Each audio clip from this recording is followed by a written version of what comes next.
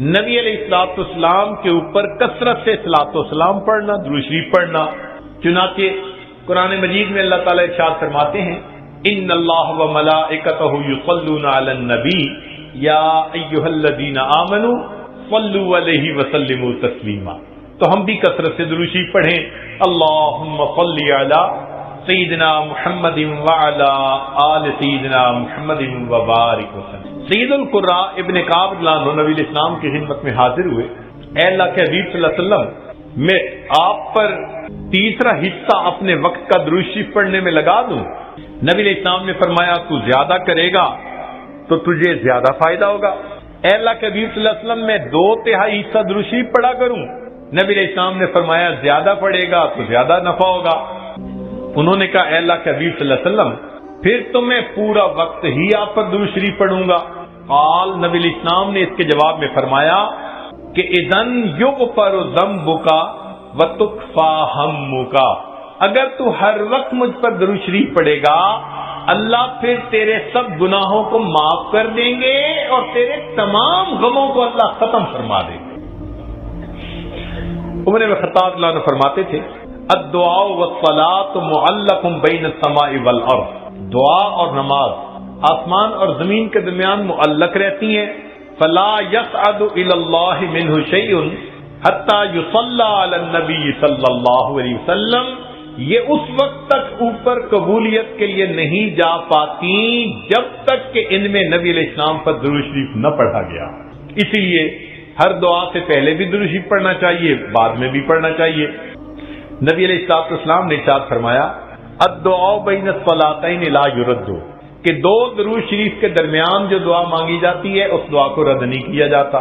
ایک حدیث مبارکہ میں نبی السلام نے فرمایا من صلی علی فی کتاب لم تزل الملائکۃ تستغفر له ما دام اسمی فی ذلک الکتاب، اگر کوئی بندہ لکھ رہا ہو اور لکھتے ہوئے نبی علیہ الصلوۃ والسلام کا نام نامی اس میں گرامی آ جائے اور وہ نام نامی اس میں گرامی کے ساتھ صلی اللہ علیہ وسلم لکھے، تو نبی علیہ السلام نے فرمایا جب تک اس کتاب میں میرے نام کے ساتھ یہ درود شریف لکھا رہے گا اس وقت تک ایک فرشتہ اس کے لیے استغفار کرتا رہے گا۔ اللہ اکبر کبیرہ۔ ابن مسعود رضی اللہ عنہ فرماتے ہیں کہ نبی علیہ السلام نے فرمایا اول الناس بی یوم القیامہ اکثرہم علی الصلاۃ، کہ جو بندہ مجھ پر سب سے زیادہ درود شریف پڑھتا ہوگا وہ پھر قیامت کے دن میرے سب سے زیادہ قریب بھی وہی بندہ ہوگا۔ ابوبکر صدیق رضی اللہ عنہ نے ایک عجیب بات فرمائی، فرماتے تھے کہ الصلاۃ علی النبی امحق للذنوب من الماء البارد للنار، کہ جس طرح ٹھنڈا پانی آگ کو جلدی بجھا دیتا ہے، درود شریف کا پڑھنا انسان کے گناہوں کو اس سے بھی جلدی بجھا دیتا ہے۔ تو درود شریف پڑھنے سے انسان کے گناہ مٹا دیے جاتے ہیں۔ ابو ہریرہ رضی اللہ عنہ فرماتے ہیں کہ نبی الاسلام نے فرمایا من نسی الصلاۃ علی نسی طریق الجنہ، جو مجھ پر درود شریف پڑھنا بھول گیا وہ جنت کا راستہ ہی بھول گیا۔ علی رضی اللہ عنہ نے ایک خوبصورت بات کہی، فرماتے تھے واللہ، اللہ کی قسم، اب دیکھیے اللہ کی قسم کھا کے بات کر رہے ہیں، واللہ لولا ما ذکر اللہ ورسولہ فی فضل التسبیح والتکبیر والتحلیل والتحمید لجعلت کل انفاسی صلاۃ علی رسول اللہ صلی اللہ علیہ وسلم، اگر اللہ اور اس کے رسول صلی اللہ علیہ وسلم نے تسبیح، تحمید، تکبیر کے فضائل بیان نہ فرمائے ہوتے تو میں اپنی زندگی کے ہر سانس کو درود شریف پڑھنے میں ہی خرچ کر دیتا۔ ایک اور حدیث مبارکہ سنیے، نبی علیہ الصلوۃ والسلام کے ساتھ صدیق اکبر میں بیٹھے ہوئے ہیں، ایک نوجوان آیا، نبی علیہ السلام نے اسے اپنے اور صدیق اکبر کے درمیان بٹھا دیا، پھر فرمایا کہ ابوبکر میں نے تیرے اور اپنے درمیان اس کو بٹھا دیا، اس بات پہ حیرت تو ہوئی ہوگی، اللہ کے نبی صلی اللہ علیہ وسلم بڑی حیرت ہو رہی ہے۔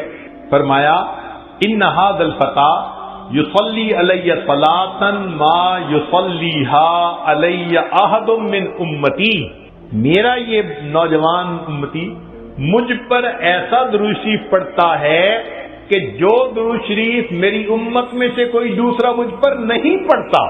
اس کی وجہ سے میں نے اس کو اپنے قریب بٹھایا. پھر نبی علیہ السلام نے بتلایا کہ وہ کیا درود شریف پڑھتا تھا. اللہم صلی علی محمد عدد من صلی علیہ وصلی علی محمد عدد من لم یصلی علیہ وصلی علی محمد کما امرت بالصلاۃ علیہ وصلی علی محمد کما تحب ان یصلی علیہ وصلی علی محمد کما ینبغی ان یصلی علیہ. چنانچہ ہمارے اکابر علماء دیوبند نے باقاعدہ تفصیل لکھی ہے کہ کس کس موقع پر درود شریف پڑھنا چاہیے. دخول المسجد والخروج منہ، مسجد میں داخل ہوتے ہوئے یا مسجد سے نکلتے ہوئے درود شریف پڑھنا چاہیے. والتشہد، اتحیات میں بھی درود شریف سب پڑھتے ہیں. ورؤیت المساجد، جب مسجد پر نظر پڑے تو اس وقت بھی درود شریف پڑھنا چاہیے. دخول الاسواق، بازار میں داخل ہوتے ہوئے درود شریف پڑھے. دخول البیت والخروج منہ، گھر میں داخل ہوتے ہوئے گھر سے نکلتے ہوئے بھی درود شریف پڑھنا چاہیے. نسیان الحاجہ، اگر بندہ کوئی بات بھول جائے، چیز رکھ کے بھول جائے، بات بھول جائے، اس وقت بھی نبی علیہ السلام پر درود شریف پڑھنا چاہیے. وقت الفقر، تنگ دستی کے وقت میں بھی درود شریف پڑھے. فی البدایت فی العلم، اور جب کتاب پڑھنے بیٹھے اس وقت بھی درود شریف پڑھے. فی البدایت فی الخطب، جب خطبہ دینا ہو، بیان کرنا ہو تو بھی درود شریف پڑھے. والانتہاء من مجالس العلم، جب علم کی مجلس کا اختتام ہو تو بھی درود شریف پڑھے. فی لقاء الاخوان، دو مسلمان بھائی آپس میں ملیں تو بھی درود شریف پڑھے.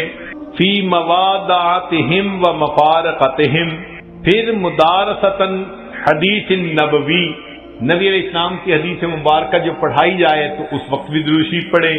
عند تذکرتہ صلی اللہ علیہ وسلم، نبی علیہ السلام کا جب تذکرہ ہو تو درود شریف پڑھے.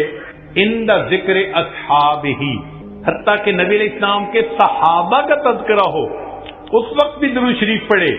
عند ذکر شیء من معاصرہ، نبی علیہ السلام سے نسبت رکھنے والی کوئی یادگار چیز کا تذکرہ ہو تو اس وقت بھی درود شریف پڑھے. عند دخول المدینہ، مدینہ طیبہ میں داخل ہوتے بھی پڑھے.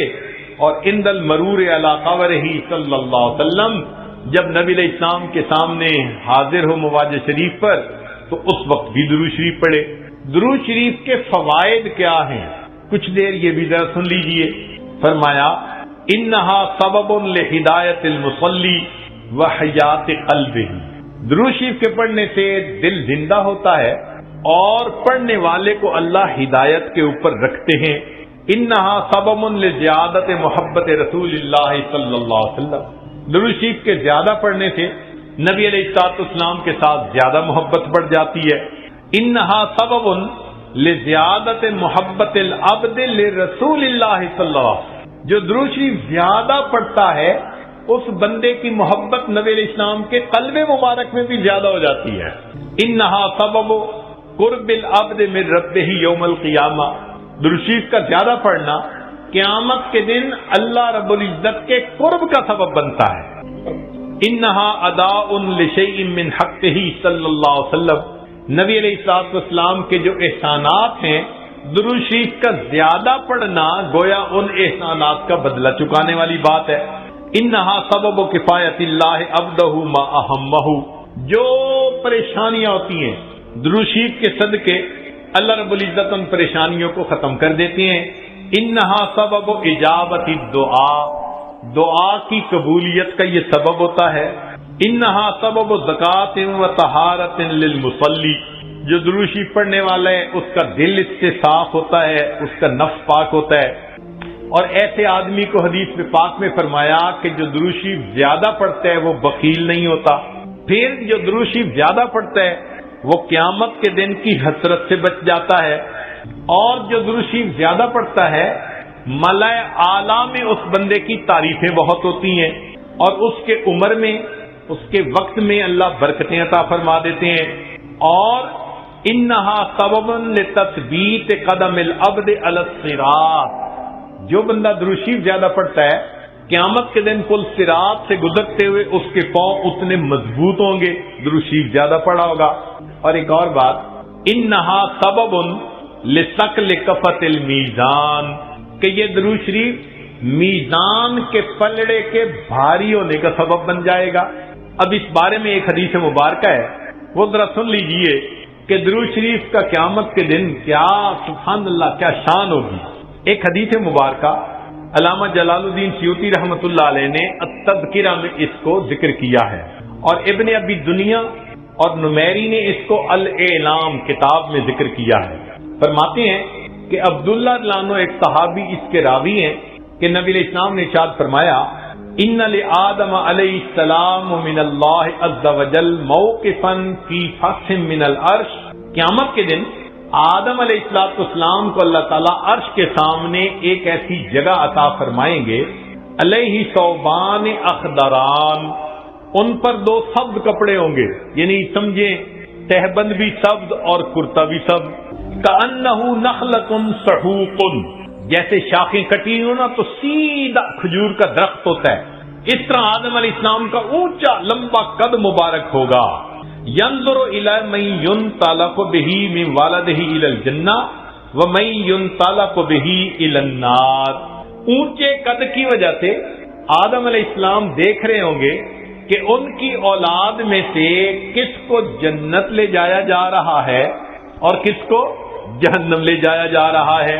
فبین آدم علی ذلک، آدم علیہ السلام اس حال میں ہوں گے اذ نظر الی رجل من امت محمد صلی اللہ علیہ وسلم، کہ وہ نبی علیہ السلام کی امت میں سے ایک بندے کو دیکھیں گے ينطلق به الی النار، کہ اس کو فرشتے گھسیٹ کر جہنم کی طرف لے کے جا رہے ہوں گے.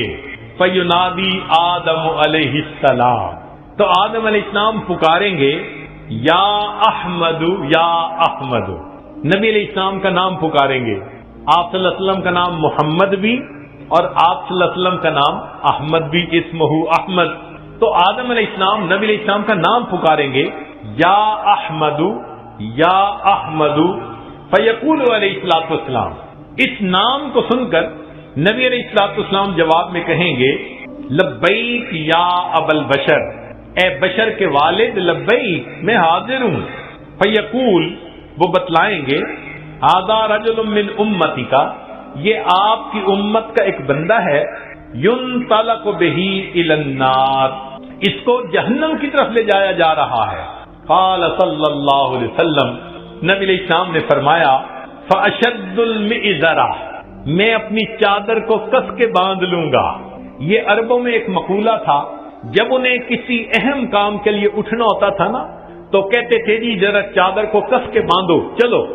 تو نبی علیہ السلام فرماتے ہیں میں اپنی چادر کو کس کے باندھ لوں گا. وَأَسْرَعُ فِي أَثَرِ الْمَلَائِكَةِ، اور میں تیزی سے چلوں گا ان فرشتوں کے پیچھے جو میری امتی کو جہنم لے کے جا رہے ہوں گے.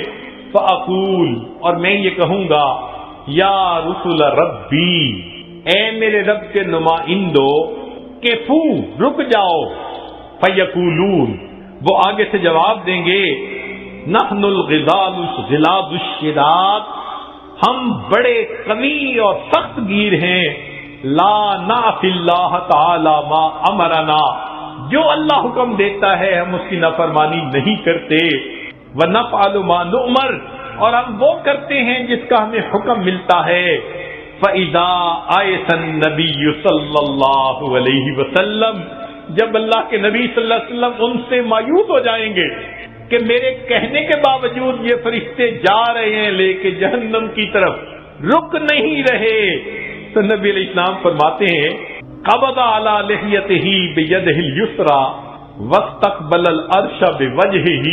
نبی علیہ السلام اپنے بائیں ہاتھ سے اپنی ریش مبارک کو پکڑیں گے اور اپنے چہرے انور کو آسمان کی طرف کر کے دیکھیں گے، عرش کی طرف کر کے دیکھیں گے. عربوں میں یہ ایک طریقہ تھا کہ جب کسی سے معافی مانگنی ہوتی، منانا ہوتا، تو آجزی کا طریقہ تھا کہ داڑھی پہ ہاتھ رکھ کے بڑی لجاجت کے ساتھ اس کی طرف محبت سے دیکھتے تھے، فریاد کرتے تھے بھئی ہم پہ رحم کھا لو. نبی علیہ السلام جب فرشتوں کو دیکھیں گے کہ وہ رک نہیں رہے، میری امتی کو لے کے جہنم میں جا رہے ہیں، آقا صلی اللہ علیہ وسلم فرماتے ہیں میں اپنی بایاں ہاتھ اپنی ریش کے اوپر رکھوں گا اور میں آسمان عرش کی طرف اپنے چہرے انور کے ساتھ دیکھوں گا. پھر نبی علیہ السلام فیقول فرمائیں گے یا ربی قد وعدتنی اللہ تخزینی فی امتی. اے اللہ آپ نے وعدہ نہیں فرمایا تھا میری امت کے معاملے میں آپ مجھے رسوا نہیں فرمائیں گے. فیاتی النداء من قبل العرش. عرش کے اوپر سے ایک آواز آئے گی اطیعوا محمدا. او میرے فرشتوں محمد صلی اللہ علیہ وسلم کی اطاعت کرو. وردوا ھذا العبد الی المقام. اور اس بندے کو واپس جہاں سے لائے تھے میزان کے قریب وہیں جا کر چھوڑ کر آؤ. چنانچہ وہ فرشتے اس بندے کو وہاں جا کر چھوڑیں گے. فیخرج صلی اللہ علیہ وسلم. اب دوبارہ وزن شروع ہوگا. نبی علیہ الصلوۃ والسلام ایک چھوٹا سا کاغذ کا پرزہ بطاقتن کاغذ کا پرزہ نکالیں گے. بیضاء سفید ہوگا. کل ان ملتے جیسے انگلی کا پورا ہوتا ہے اس کے برابر ہوگا. فیلقیھا فی کفۃ المیزان الیمنی. اس کاغذ کے ٹکڑے کو نبی علیہ السلام نیکیوں کے پلڑے میں ڈال دیں گے. وہو یقول بسم اللہ. اور نبی علیہ السلام ڈالتے ہوئے بسم اللہ فرمائیں گے. فترجع الحسنات علی السیئات. نیکیوں کا پلڑا بھاری ہو جائے گا گناہوں کا پلڑا ہلکا ہو جائے گا. فینادی المنادی. ندا دے گا وہ ندا دینے والا. سوئدہ و سوئدہ جدہ. یہ بندہ اس کے اجداد سعید بن گئے اس کی نیکیاں زیادہ ہو گئیں. وثقلت موازینہ. انطلقوا بہ الی الجنہ. اب اس کو جنت لے کر جاؤ. فیقول یا رسول ربی. جب جنت لے جانے لگیں گے تب وہ بندہ کہے گا اے میرے رب کے نمائندوں فرشتوں کیفو ذرا رک جاؤ. حتی اسأل ھذا العبد الکریم علی ربہ. حتیٰ کہ میں اس کریم بندے سے ذرا معلوم تو کر لوں. فیقول پھر وہ یہ کہے گا بے ابی انت و امی. آپ کے اوپر میرے ماں باپ قربان جائیں. ما احسن وجہ کا. آپ کا چہرہ کتنا خوبصورت ہے. واحسن خلق کا. آپ کی پرسنالٹی شخصیت کتنی پیاری ہے. من انتا. آپ کون ہیں. فقد عقلتنی اسرتی. آپ نے میرے گناہوں کو مٹا کے رکھ دیا. ورحمت عبرتی. میری لغزشوں کو کم کر دیا. فیقول علیہ الصلوۃ والسلام. نبی علیہ السلام جواب میں فرمائیں گے انا نبیوں کا محمد. میں محمد صلی اللہ علیہ وسلم تیرا نبی ہوں. وہذہ صلاتک. اور یہ وہ درود شریف ہے التی کنت تصلی علیہ جو تم مجھ پر پڑھا کرتا تھا. وفیتکھا. میں نے تمہیں اس کا بدلہ دیا. احوج ما تکون الیہ. جب تجھے اس کی بہت ضرورت تھی. سوچئے آج نبی علیہ السلام پر درود شریف کا پڑھنا کل قیامت کے دن میزان میں نیکیوں کے بھاری ہونے کا سبب بن جائے گا. دعا ہے اللہ رب العزت ہمیں اپنے حبیب صلی اللہ علیہ وسلم کی سچی محبت عطا فرمائے. ان کا احترام ان کی عزت اکرام وہ بھی دل میں عطا فرمائے. ان کی سنتوں کی محبت کے ساتھ اتباع کرنے کی بھی توفیق عطا فرمائے. اور کثرت سے درود شریف پڑھ کر نبی علیہ السلام کی محبت کو دل میں بھرنے کی توفیق عطا فرمائے. ابراہیم علیہ السلام کو اس دنیا میں مقام نفی میں کمال حاصل ہوا. ابراہیم علیہ السلام کو اس دنیا میں مقام نفی میں کمال ہوا. انہوں نے ماں سوا کی نفی کر دی. فرمایا ان صلاتی و نسکی و محیای و مماتی للہ رب العالمین. اور پھر فرمایا کہ میرے یہ حکم ہوا وما انا من المشرکین اور میں مشرکین میں سے نہیں ہوں. انی وجہت وجہی للذی فطر السماوات والارض حنیفا وما انا من المشرکین. تو نفی کر دی انہوں نے معبودوں کی. ایک اللہ کے اوپر ایسا ایمان تھا کہ ماں سوا کے بتوں کو توڑ کے رکھ دیا. یہ ابراہیم علیہ السلام کے اس دنیا میں کمال تھا. مقام نفی میں جتنا کمال ان کو حاصل ہوا اتنا کسی کو حاصل نہیں ہوا. چنانچہ ایک وقت وہ بھی آیا کہ جب دنیا کے اسباب تو چھوٹ گئے تھے، جبرائیل علیہ السلام مدد کرنے کے لیے آئے کہ میں آپ کو آگ سے بچاؤں، اللہ کا حاجہ. تو ابراہیم علیہ السلام نے فرمایا کیا میرا پروردگار جانتا ہے کہ میں اس حال میں ہوں؟ انہوں نے کہا ہاں اللہ تعالیٰ جانتے ہیں. فرمانے لگے حسبی سؤالی علمہ بحالی، کہ اللہ رب العزت جانتے ہیں میں کس حال میں ہوں، اس بات نے مجھے تجھ سے مدد مانگنے سے منع کر دیا. میرا رب جو جانتا ہے میں کسی کی مدد نہیں چاہتا. جب اللہ نے انتہا دیکھی نا ابراہیم علیہ السلام کی نفی کی، فرمایا وَإِبْرَاهِيمَ الَّذِي وَفَّى، ابراہیم تو بڑا وفادار نکلا، تو نے وفا دکھا دی کہ واقعی بندے کو ایسا ہونا چاہیے اپنے مالک کے ساتھ. تو ابراہیم علیہ السلام کو مقام نفی میں کمال، اور یہ بات ایسے نہیں کہ زبانی کہی جا رہی ہے، اس کی تصدیق اس پروردگار نے کی جو سینوں کے بھید جانتا ہے. چنانچہ ابراہیم علیہ السلام کے بارے میں اللہ فرماتے ہیں ان ابراہیم کان امہ قانتا للہ حنیفا ولم یک من المشرکین، اور وہ مشرکین میں سے نہیں تھے.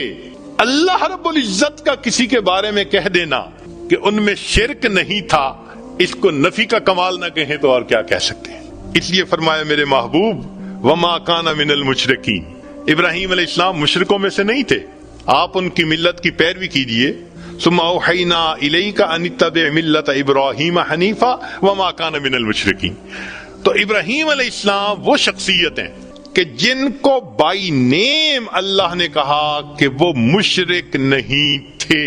یہ مقام نفی میں کمال ہے، اور یہ صرف ابراہیم علیہ السلام کا تذکرہ ہے قرآن پاک میں. تو ابراہیم علیہ السلام جو خلیل تھے ان کو کس میں کمال حاصل ہوا؟ مقام نفی میں، یعنی ما سوا جو باطل معبود ہیں ان کی انہوں نے کامل نفی کر کے دکھا دی. اور اللہ کے محبوب صلی اللہ علیہ وسلم کا معاملہ وہ کچھ اور ہے. ان کو اللہ نے مقام نفی میں بھی کمال عطا فرمایا اور مقام اثبات میں بھی کمال عطا فرمایا. ذرا غور کیجئے گا، مقام نفی میں بھی کمال عطا فرمایا اور مقام اس بات میں بھی کمال عطا فرمایا. وہ کیسے؟ ہم اور آپ جتنے ہیں نا، ہمارا ایمان بن دیکھے.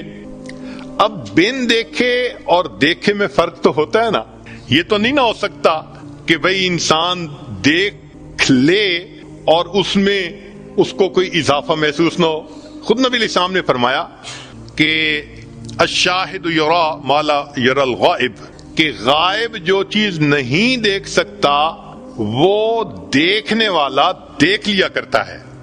ایک حدیث پاک میں نبی علیہ السلام نے فرمایا لیس الخبر کالمعائنۃ، دیکھنا اور ہے اور خبر کو ماننا اور ہے. ہمارا جتنا بھی ایمان پکا ہو، مگر مومن کا کامل جو ہوگا نا مقام، وہ جنت میں رویت باری تعالی پر منحصر ہے. جب دیکھیں گے تب کمال حاصل ہوگا.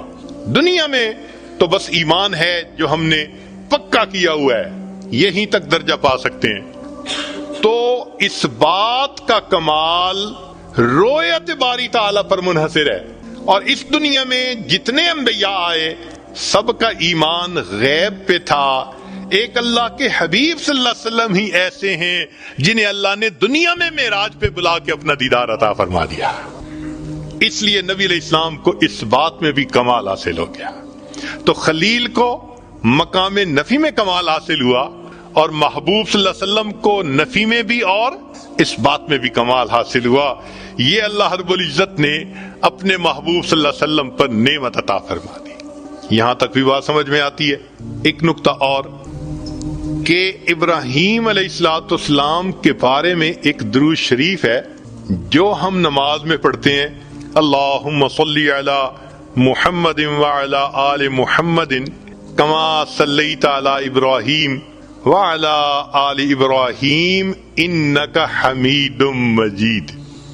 تو یہ درود شریف تو بتاتا ہے کہ کچھ تو نعمت ایسی تھی جو ابراہیم علیہ السلام پر اللہ نے عطا فرمائی جس کو پانے کی تمنا اللہ کے محبوب صلی اللہ علیہ وسلم کے دل میں بھی تھی. بھائی درود شریف بتا رہے ہیں نا کہ اللہ جیسے ان پر ان کے آل پر رحمت نازل فرمائی، محمد صلی اللہ علیہ وسلم ان کی آل پر بھی نازل فرما دیجیے. تو کچھ تو ہے نا اندر کہ جس کو طلب ہے دل میں، تمنا ہے دل میں. تو بھئی کیا تھا یہ نقطہ جلدی سمجھ میں نہیں آتا. چلیں کچھ سادے لفظوں میں کھولنے کی کوشش کرتے ہیں. اس کو حقیقی طور پہ تو امام ربانی حضرت مجدد الفسانی رحمت اللہ علیہ نے اپنے مکتوبات میں کھولا ہے. دل خوش ہوتا ہے اس کی تفصیلات کو پڑھ کر. تاہم قصہ مختصر یہ ہے کہ محبت دو طرح سے ہوتی ہے. ذرا غور فرمائیے گا. محبت دو طرح سے ہوتی ہے. ایک کو کہتے ہیں محبت ذاتی، کہ ذات سے محبت ہو، جیسے ماں کو بیٹے سے ہوتی ہے. اپنے بیٹے سے ہر ماں کو محبت، معذور ہو، کمزور ہو، شکل رنگ کا جیسا بھی ہو، ماں کو محبت ہے. یہ محبت ذاتی کہلائیں گے. اور ایک محبت صفاتی ہوتی ہے کہ صفات کی وجہ سے محبت کا ہونا. ہمیں بھی کوئی خوبصورت بیبی مل جائے، ہم اس کو پیار کرتے ہیں، محبت کا اظہار کرتے ہیں. کیوں؟ خوبصورت ہوتا ہے. اور جو بچہ لکھا پڑھا صفات والا ہو وہ سب کو اچھا لگتا ہے. تو معلوم ہوا کہ محبت کے دو انداز ہوتے ہیں. ایک انداز کو کیا کہتے ہیں؟ محبت ذاتی. اور دوسرے انداز کو کیا کہتے ہیں؟ محبت صفاتی. یہ دو الگ الگ انداز ہیں. اب ذرا غور کیجئے گا. اللہ رب العزت کو اپنے محبوب صلی اللہ علیہ وسلم سے بھی محبت تھی، مگر وہ محبوبیت ذاتی تھی، ذات سے محبت تھی. اللہ کو اپنے حبیب صلی اللہ علیہ وسلم تھے تو محبت ذاتی تھی نبی علیہ السلام سے. اور ابراہیم علیہ السلام سے بھی محبت تھی، مگر وہ محبت صفاتی تھی. وہ محبت کیا تھی؟ صفاتی تھی. یہاں تک بات سمجھ میں آ گئی کہ نبی علیہ السلام سے بھی محبت تھی، مگر یہ محبت کیا تھی؟ محبوب آپ کو پیدا نہ کرنا ہوتا تو میں کائنات کو بھی پیدا نہ فرماتا. یہ محبت ذاتی تھی. اور ابراہیم علیہ السلام سے بھی محبت تھی، اور وہ محبت تو جو محبت ذاتی تھی اس کو محبوبیت کہا، اور جو محبت صفاتی تھی اس کو خلت کہہ دیا. اب سنیے کہ نبی علیہ الصلوۃ والسلام پھر درود شریف یہ کیوں پڑھا کرتے تھے. وجہ یہ ہے کہ جو ذات سے محبت ہو تو اس بندے کی تمنا یہ ہوتی ہے کہ میرے اندر صفات بھی پوری آ جائیں تاکہ میں کامل ہو جاؤں. تو محبوبیت ذاتی والے کی تمنا ہوتی ہے کہ میرے اندر محبوبیت صفاتی بھی کامل آنی چاہیے تاکہ میں کامل محبوب بن جاؤں. یہ وہ تمنا تھی اللہ کے نبی علیہ الصلوۃ والسلام کے دل میں، جس وجہ سے فرمایا کرتے تھے اللہم صلی علی محمد وعلی آل محمد کما صلیت علی ابراہیم وعلی آل ابراہیم انک حمید مجید. اے اللہ جو محبوبیت صفاتی ان کو عطا فرمائی تھی، اس دنیا میں مجھے بھی اس میں کامل کر دیجئے تاکہ مجھے محبوبیت ذاتی حاصل، میں اس دنیا میں محبوبیت صفاتی بھی حاصل کر کے دنیا سے چلا جاؤں. اگلی بات سنیے کہ نبی علیہ الصلوۃ والسلام نے ارشاد فرمایا، جابر لانو اس کی روایت کرتے ہیں، شیخ الحدیث رحمۃ اللہ علیہ نے فضائل درود میں بھی اس کو نقل کیا کہ ایک درود شریف ہے، اگر اس کو پڑھا جائے تو اس کا ثواب لکھنے میں فرشتوں کو 1000 دن لگ جاتے ہیں. ذرا حدیث پاک کے الفاظ پہ غور کیجئے کہ وہ درود شریف ایک مرتبہ پڑھیں تو فرشتے اس کا ثواب لکھتے لکھتے 1000 دن لگا دیتے ہیں.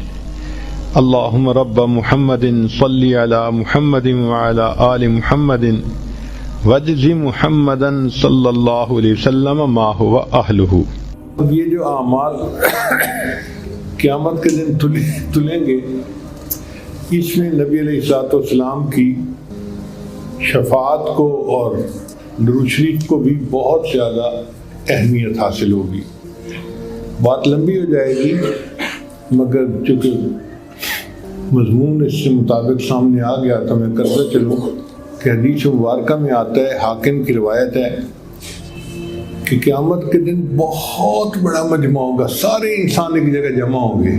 آپ بتائیں جب ساری دنیا کے انسان آدم علیہ السلام سے لے کے قیامت کے آخری یعنی قیامت کے دن تک آنے والا آخری انسان اکٹھے ہوں گے تو یہ تو خرب لوگ بن جائیں گے۔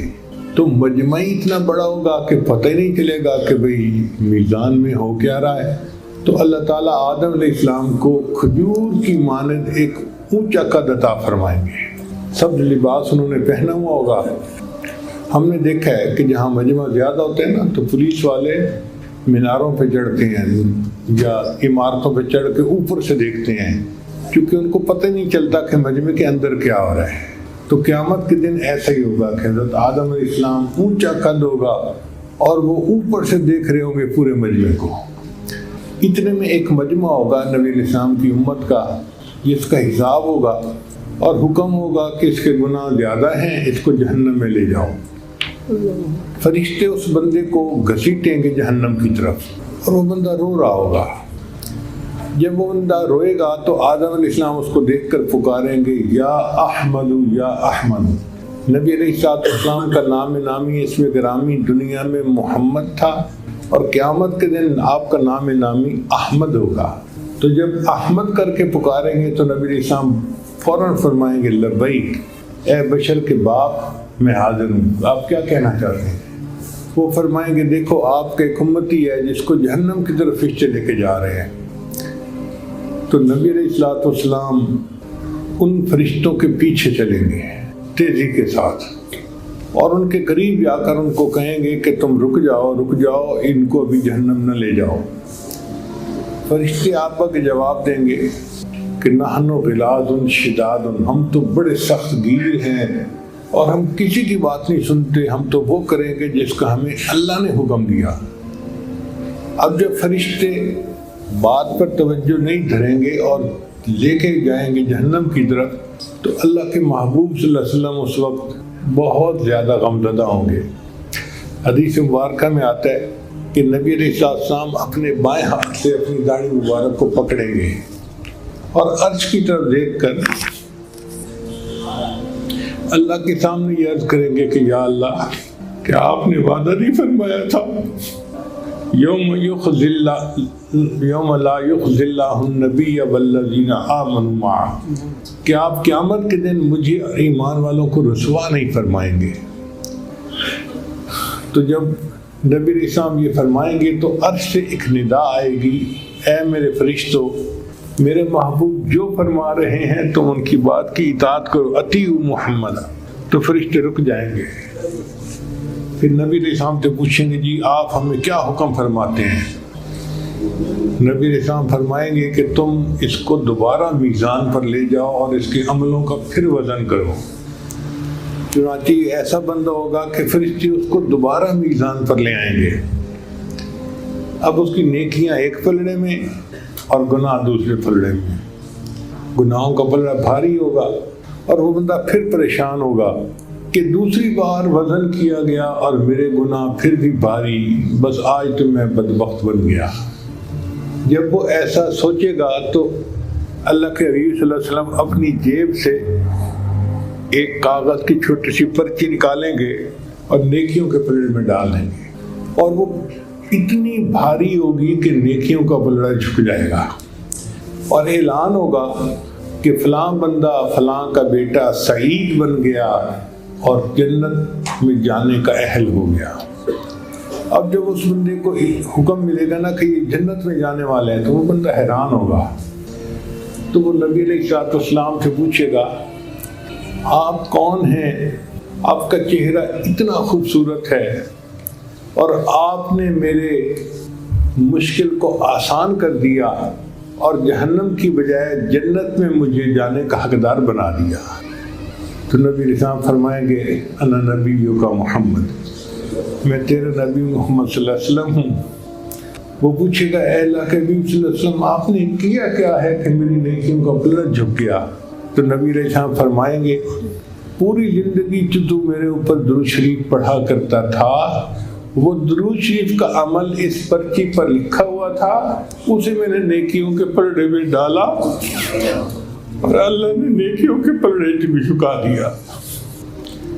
تو یہ جو حدیث کی طالبات درود شریف پڑھتی ہیں نا کہ قال النبی صلی اللہ علیہ وسلم، یہ صلی اللہ علیہ وسلم درود شریف ہے، مختصر درود شریف ہے، اور پتہ نہیں ایک دن میں یہ تو ہزاروں مرتبہ درود شریف پڑھتی ہیں، تو یہ عمل قیامت کے دن بخشش کا سبب بنے گا۔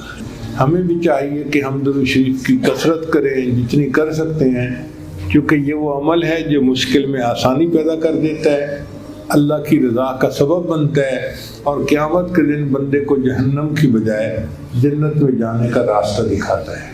ایک حدیث پاک میں آتا ہے کہ جس نے جمعہ کے دن عصر کی نماز کے بعد 80 مرتبہ درود شریف پڑھا، اللہم صلی علی سیدنا محمد النبی الامی وعلی آلہ وسلم تسلیما، اللہ تعالیٰ 80 مرتبہ پڑھنے پر 80 سال کے گناہوں کو معاف کر دیتے۔ اب آپ غور کریں، عام طور پہ عمریں تو 80 سال سے کم ہی ہیں آج کل۔ نبی صاحب نے فرمایا میری امت کی اوسط عمریں بین 70 و 60، 60-70 کے درمیان ہوں گی، اور آج کل 60-70 کے درمیان ہی لوگ چلے جاتے ہیں۔ پہلے عمریں ذرا لمبی ہوتی تھیں، اب تو گھٹتی جا رہی ہیں۔ تو بہرحال 80 سال کے گناہ معاف ہونے کا دوسرا مطلب کیا ہے کہ نبی صاحب نے فرمایا جو جمعہ کے دن عصر کے بعد یہ پڑھ لے گا، اللہ تعالیٰ اس کی ساری زندگی کے گناہوں کو معاف کر دے گا۔ آپ بتائیے یہ کتنا سستا سودا ہے۔ لہٰذا ہم میں سے ہر بندے کو اس کا معمول بنانا چاہیے۔ یہ بخاری شریف کی روایت ہے کہ ہم جمعہ کے دن عصر کی نماز کے بعد 80 مرتبہ پڑھیں گے، پوری زندگی کے گناہ معاف ہو جائیں۔ گھر کی عورتوں کو بھی اس کی تلقین کرنی چاہیے کہ وہ جمعہ کے دن عصر کے بعد بچوں کو بھی پاس بٹھائیں، اور گھر کے سارے لوگ 80 مرتبہ یہ درود شریف پڑھیں، تاکہ یہ سعادت نصیب ہو کہ پوری زندگی کے ہمارے گناہ معاف ہو جائیں۔ پھر تیسری چیز جس سے کہ اللہ تعالیٰ کی طرف سے رحمت اترتی ہے، درود شریف کا پڑھنا۔ حدیث مبارکہ میں آتا ہے جو شخص ایک دفعہ درود شریف پڑھتا ہے اللہ تعالیٰ 10 رحمتیں اتارتے ہیں۔ تو 10 رحمتوں کا اترنا اس بات کی دلیل کہ روح کو غذا ملتی ہے، نور اترتا ہے انسان کے اوپر۔ ہمارے مشائخ نے فرمایا کہ 100 مرتبہ صبح اور 100 مرتبہ شام، کم از کم اتنا تو درود شریف ضروری پڑھ لیں۔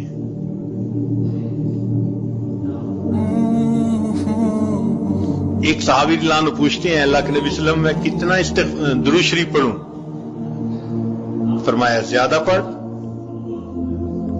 چوتھائی حصہ زیادہ پڑھو گے تو فائدہ زیادہ۔ اللہ کے نبی صلی اللہ علیہ وسلم آدھا حصہ، بھائی زیادہ پڑھو گے تو زیادہ فائدہ، 3 حصے، فرمایا اور زیادہ تو 4 حصے۔ جب انہوں نے کہا کہ میں پورا وقت درود شریف پڑھنے میں لگا دوں گا، نبی اسلام نے فرمایا اذن یغفر لک ذنبک، تیرے گناہوں کو بخش دیا جائے گا اور تیرے غموں کو تیرے سر سے اتار دیا جائے گا۔ تو درود شریف کے پڑھنے سے اللہ تعالیٰ گناہوں کو معاف کرتے ہیں اور دھو دیتے ہیں۔ صدیق اکبر اللہ عنہ فرمایا کرتے تھے کہ ٹھنڈا پانی آگ کو اتنا جلدی نہیں بجھاتا جتنا جلدی درود شریف کا پڑھنا انسان کے دلوں کی ظلمت کو مٹا دیتا ہے۔ سیدنا علی رضی اللہ عنہ فرمایا کرتے تھے کہ اگر اللہ تعالیٰ اور اس کے رسول صلی اللہ علیہ وسلم نے تسبیح، تکبیر، تحمید، تحلیل ان کے فضائل نہ بتائے ہوتے تو میں اپنا پورا وقت درود شریف کے پڑھنے میں گزار دیتا۔ تو ہم بھی درود شریف پڑھیں، کم از کم 100 مرتبہ صبح اور 1 مرتبہ شام۔ اس سے کیا ہوگا کہ دل کو غذا پہنچ جائے۔ ہمارے حضرت مرشد عالم رحمۃ اللہ علیہ کے ایک مرید تھے، عالم تھے، مسلم شریف پڑھاتے تھے۔ انہوں نے زندگی کے کوئی 25 سال مسلم شریف پڑھائی تھی۔ ایک دن وہ کہنے لگے کہ حضرت میں آپ کو ایک عجیب واقعہ سناؤں۔ ان کو ضرور سنائیں۔ کہنے لگے کہ دارالعلوم دیوبند میں سعودی عرب سے ایک جماعت آئی علماء کی، 3 یا 4 بندے تھے، اور انہوں نے آ کے محتمم صاحب کو کہا کہ ہم ایک علمی مسئلہ ڈسکس کرنے کے لیے آپ کے پاس آئے ہیں۔ محتمم صاحب نے پوچھا کون سا مسئلہ؟ وہ کہنے لگے اس لیے کہ ہم سے پہلے سعودی عرب کے اوپر ترکوں کا قبضہ تھا، اور ترکوں نے قبروں کے اوپر بڑے گنبد بنائے ہوئے تھے اور کمرے بنائے ہوئے تھے اور عمارتیں بنائی ہوئی تھیں. تو ہم نے حدیث مبارکہ پڑھی جس سے ثابت ہوتا ہے کہ بناء علی القبور کی اجازت نہیں ہے. یعنی قبر کے اوپر آپ عمارت نہیں بنا سکتے. اس لیے سنت عمل یہی ہے کہ قبر کھلے آسمان کے نیچے ہو, اس کے اوپر کوئی کمرہ کوئی قبہ ایسا نہیں بنانی چاہیے. تو جنت بقیع میں جتنے قبے بنے ہوئے تھے ہم نے سب گرا دیے. اب مسئلہ آیا گنبد خضرا کا. تو کچھ علماء کہتے ہیں کہ حدیث مبارکہ کی روشنی میں ہمیں گنبد خضرا کو بھی گرا دینا چاہیے. تو ہم نے جو بادشاہ ہے اس کو اپنی ریکمنڈیشن دی. بادشاہ نے کہا کہ نہیں, یہ امت مسلمہ کا مسئلہ ہے, پہلے تم مختلف ملکوں میں جا کے علماء کو اپنے کانفیڈنس میں لو, اگر سب متفق ہیں تب قدم اٹھائیں گے ورنہ نہیں اٹھاتے. تو ہم علماء کی جماعت آپ سے بحث کرنے کے لیے آئے ہیں کہ کیا یہ حدیث مبارکہ صحیح ہے, اور اگر صحیح ہے تو اس پر عمل کرنا پڑے گا. محتمم صاحب نے کہا کہ جی مجھے آپ 3 دن کا وقت دیں, میں سب علماء کو اطلاع دوں تاکہ وہ یہاں آ جائیں, اور پھر ہم اس بارے میں اپنا موقف آپ کے سامنے ظاہر کریں. ان کا ٹھیک ہے, ہم 3 دن دارالعلوم میں مہمان بن کے رہتے ہیں. محتمم صاحب نے بڑے بڑے علماء کو دعوت دے کے بلا لیا. وہ فرماتے ہیں کہ دارالعلوم دیوبند میں وہ دیکھنے والا وقت تھا, بڑے بڑے سب علماء, جید علماء ایک جگہ پر جمع تھے, جبال العلم سب ایک جگہ اکٹھے تھے. اور جو آخری رات تھی وہ تو پوری رات ہی علماء اس مسئلے پر آپس میں ڈسکس کرتے رہے, کتابیں پڑھتے رہے, اور کچھ لوگ روتے رہے, دعائیں مانگتے رہے کہ یا اللہ بہت نازک مسئلہ ہے, ہم سے اس کے کرنے میں کوئی کمی نہ رہ جائے, کوتاہی نہ ہو جائے. اگلا دن ہوا, عصر کی نماز کے بعد مجمع بیٹھا تھا, تو محتمم صاحب نے ان علماء کو کہا